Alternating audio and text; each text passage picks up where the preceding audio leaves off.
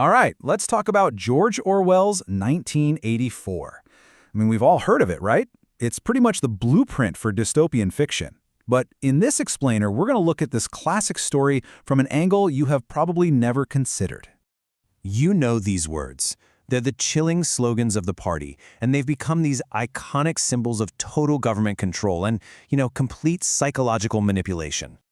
For decades, this book has been read pretty much universally as a political satire. It's this terrifying vision of a future just crushed under the heel of an all-powerful state. And, that's absolutely true. But what if that's not the whole story?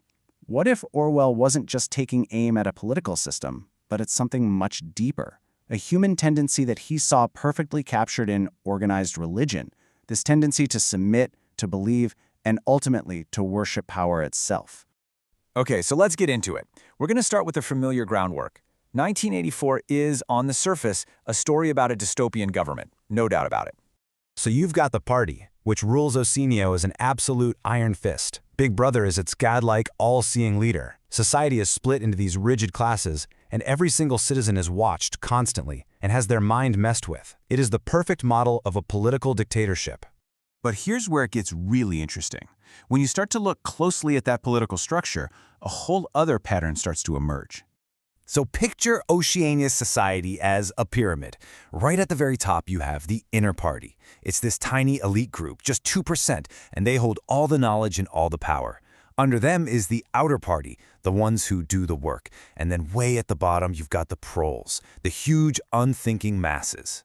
And this structure, it isn't just political. It actually mirrors the classic hierarchy you see in so many religious institutions throughout history.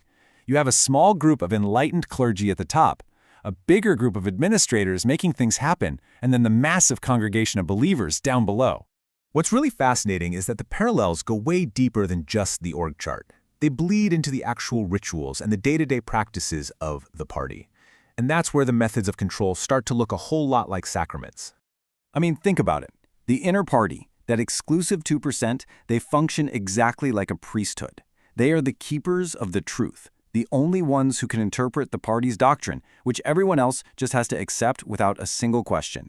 Then you have the party forcing traitors to make these very public confessions of their thought crimes.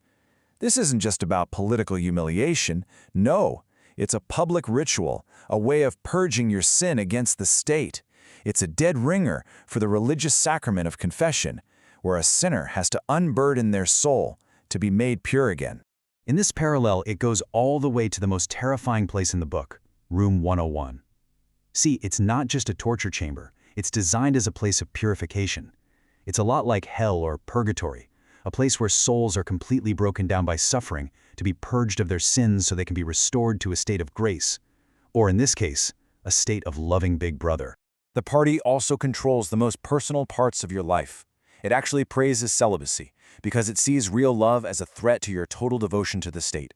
Marriage is only allowed to make more babies, to create more followers, or baktas.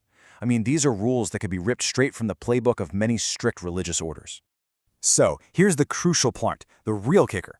Orwell doesn't just leave these as subtle hints for us to find. No, he has the party's high priest, O'Brien, literally state the entire theology of Oceania right out loud. During Winston's so-called re-education, O'Brien makes it totally explicit. He says, "We are the priests of power," and then he just drops the party's ultimate commandment. God is power. So all that subtext, suddenly, it's just text. And O'Brien doesn't just say this. He lays it out like a theological proof. Step 1, the individual is weak, mortal, doomed to die. Step 2, the party, however, is immortal. So step 3, if you want to become immortal, you have to completely merge yourself with the party. And since the very essence of the party is power, well, therefore, power is God. It's a complete rational system of faith. And here's the tragic, soul-crushing end to Winston's journey. At the very end of the novel, after he's been broken and totally remade in Room 101, he traces those words in the dust. He has been converted. He now believes in the party's one true God. So you might be thinking, okay, that's a cool theory, but couldn't these just be coincidences? Well, not a chance. To really understand why Orwell embedded this critique so deeply, you have to look at the man himself. See, this wasn't some academic exercise for him. This was personal. Orwell was raised in the church, but developed this really deep dislike for religion early in life. By the time he was 14, he wrote that he actually hated God. And this feeling only hardened during the Spanish Civil War, where he saw the Catholic Church actively backing fascist dictators. He came to see organized religion as just another form of authoritarian regime. And all of this led him to this core concern, something he called power worship. Orwell's great fear was that once a person's mind is trained to bow down, to accept dogma without question, to worship an all-powerful unseen authority, it becomes dangerously easy to just redirect that worship. You just swap out the idol. A political leader can slide right into the place of a god. And this brings us to the novel's most profound and, frankly, most timeless warning, one that goes way beyond any single political system. For Orwell, the ultimate danger wasn't just communism or fascism. It was the mental framework that makes those systems possible in the first place, the habit of unquestioning belief itself. The act of surrendering your critical thought to an absolute authority, that's the real mechanism of control, whether you call that authority God or Big Brother. So 1984 leaves us with this deeply unsettling question.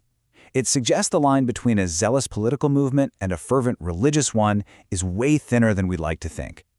And it really forces us to ask, if the end result is total submission, does the name of the God you worship really make any difference at all?